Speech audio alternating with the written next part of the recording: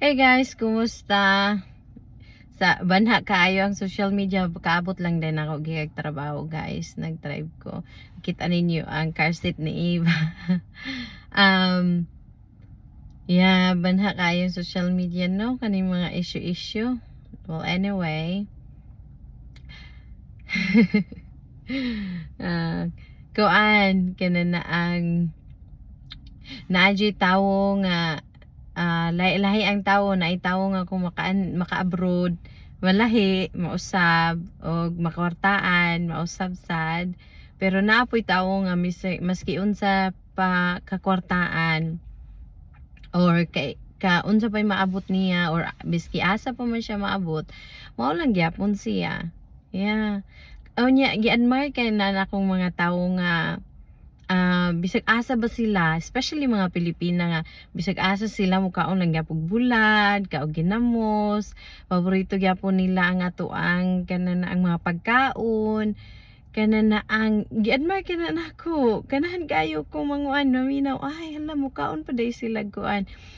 And then so kani guys, real talk ni. So pag first nako nga uli sa Pilipinas, that was in 2018. So nag-study pa kog nursing ana and we only stayed there for like for a week. Sa ex-family pa ni nako, tungbanan nako sa una ug akong ugangan. So nanguli mi, nagstay mi sa Makati. And then kay ang ako ang duha ka manghod, ang youngest na mo pasugod na siya sa Centro Escolar sa Makati og nursing, magsugod na siya eskwela.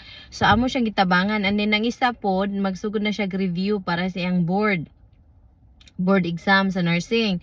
So anyway, anya kana na ang pag-abot na namo kay nauna naman sila didto akong gipaadto pud ang mga igsuon katong teacher nauna naman sila didto sa Manila and then kawan kana na ang gisugat ni nila sa airport pag akani laging gadali-dali kay deng long flight kinsa may kuan kanang expect nga nya kana na ang adto na time kay ang akong buhok pareha pud sa akong buhok karon nga kung magpa-straight ko diri hala mahala kayo dito na lang ko sa Pilipinas kay barato ra unya muli ay naman ni anak ko kay sayang ba ang kwarta na mabayad na kuan kanang katunga na sa tuition sa akong manghod. Anyway, so gisugat mi sa akong manghod ug akong mama dito sa airport. Hala pagkakita man sa akong manghod katong maestra kay kuan hilak man na siya. Naglibog ko nga nung mihilak akong manghod na-realize na ako. Kay ngano guys, naka-t-shirt lagi ko, naka-t-shirt, naka-pants, then naka-rubber shoes, then yung naka-backpack, katong backpack na ko nga kuan, kana na ang katong kuan niya, kanang na-realize na ko, la, din akong pugong, ako yung buhok ay kuan, hala, ginoo ko. Kabalo bitaw mo guys, gidalagi ko sa akong manghod sa salon. Gipa-start nga akong buhok, nagpa-manicure, pedicure. Giibanan jud ko ato niya didto. Unya whole day man gid mi didto, nakatulog na lang gud pinaabot na ako.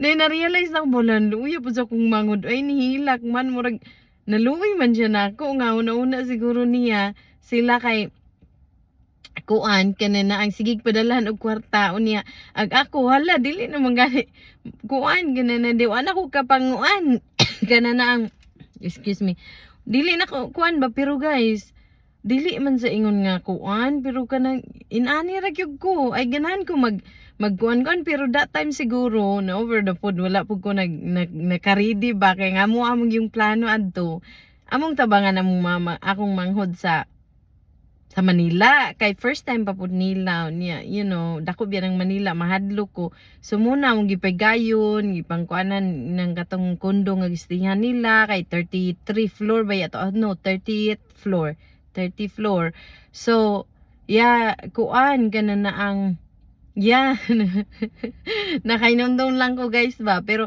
naara gyud na sa tawo kung willing kung you wanna stay the same okay raman ang improve ni mo kagalingon there's nothing wrong with that but kanang ang uban nga nausab na gyud nga murag ka na ang kay nisikat na sila kortaan na sila aniya kana na ang kuan Gana na ang nawala na ilang pagkasila ba, murag dili na sila authentic, di na gani sila kanang kuan authentic, murag para na lang sa kuan, para himo na lang nilag para sa views mo na.